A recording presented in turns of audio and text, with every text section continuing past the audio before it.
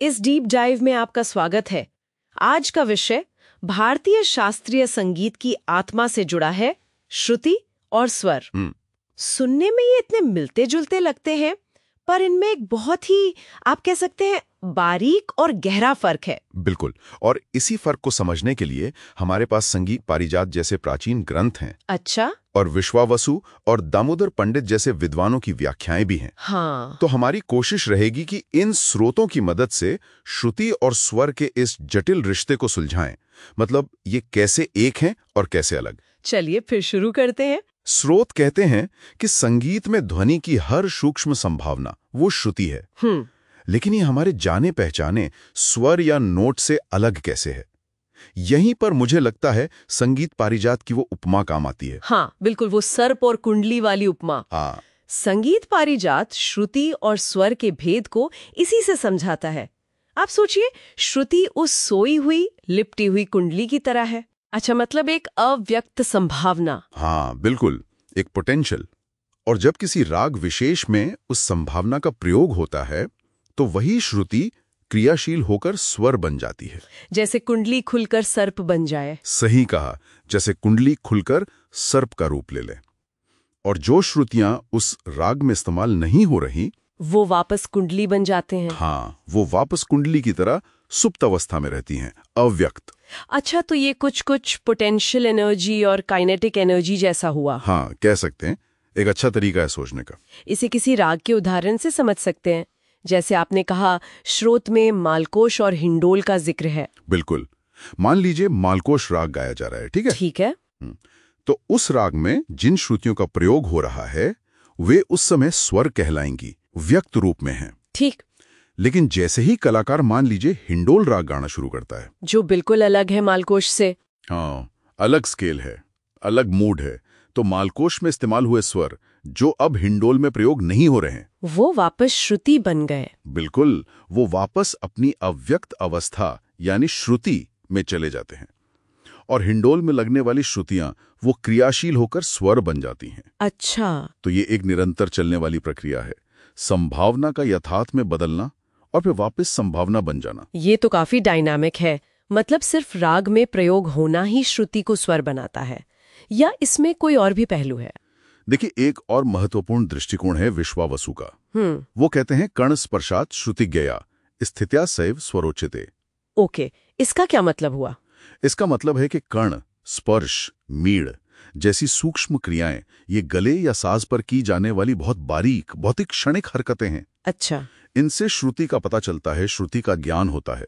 लेकिन जब उसी ध्वनि पर एक ठहराव आता है, एक स्थिरता आती है, तब वो स्वर बन जाती है।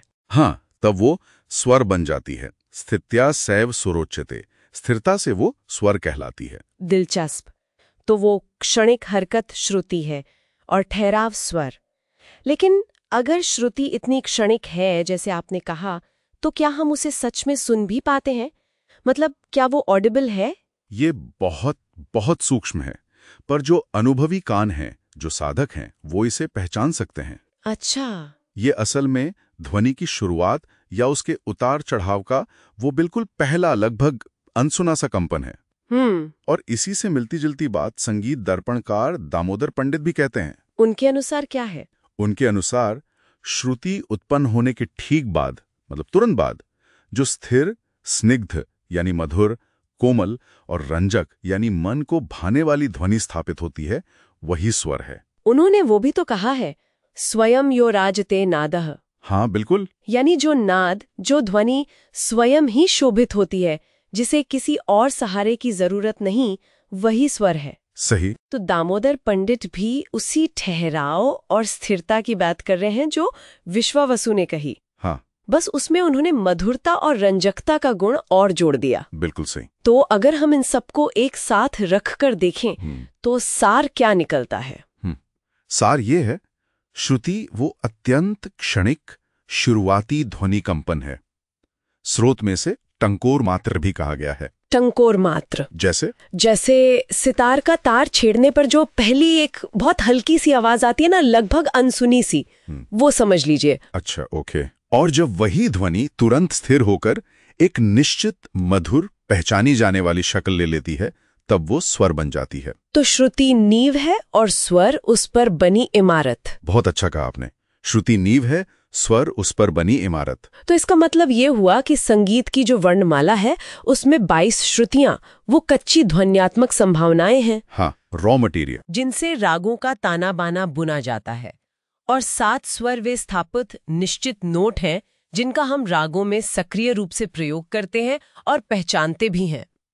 वाकई ये एक ही सिक्के के 2 पहलू लगते हैं, एक अव्यक्त संभावना और दूसरा उसका प्रकट स्थिर रूप। बिल्कुल, आपने बिल्कुल सही पकड़ा। और यहीं पे एक विचार करने वाली बात सामने आती है। क्या? कि अब जब हम श्रुति और स्वर के इस गहरे अंतर को थोड़ा समझ रहे हैं, हाँ, तो क्या इससे भारतीय शास्त्रीय संगीत सुनने का हमारा अनुभव बदल सकता है?